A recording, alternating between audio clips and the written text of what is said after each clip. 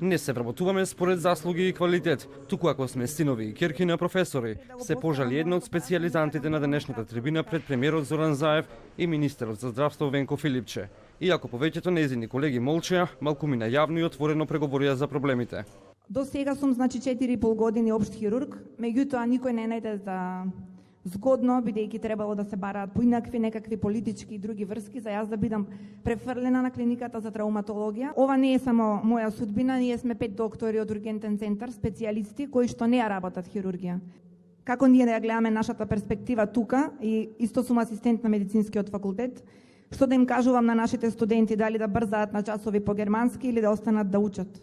Поише да работиме практична работа, зашто ние како специјализанти на хирургија го имаме тој проблем, не ни даваат доволна практична работа. Тие бевме изоставени од списоците за плати за специјализанти.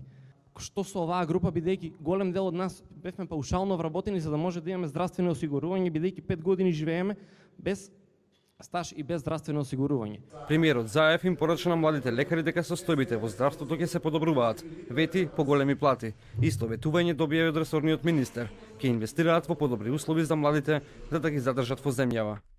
Со повисоки плати, поголема шанса за специјализација и подобрување на условите за работа.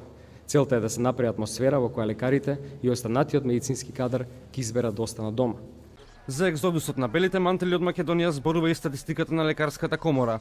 За само 4 месеци вкупно 110 лекари заминале од државата и продолжиле со докторска дејност во Германија и други западноевропски земји, а во последните 7 години, вклучително и првото тромесечие од годинава, државата ја напуштиле 1207 лекари.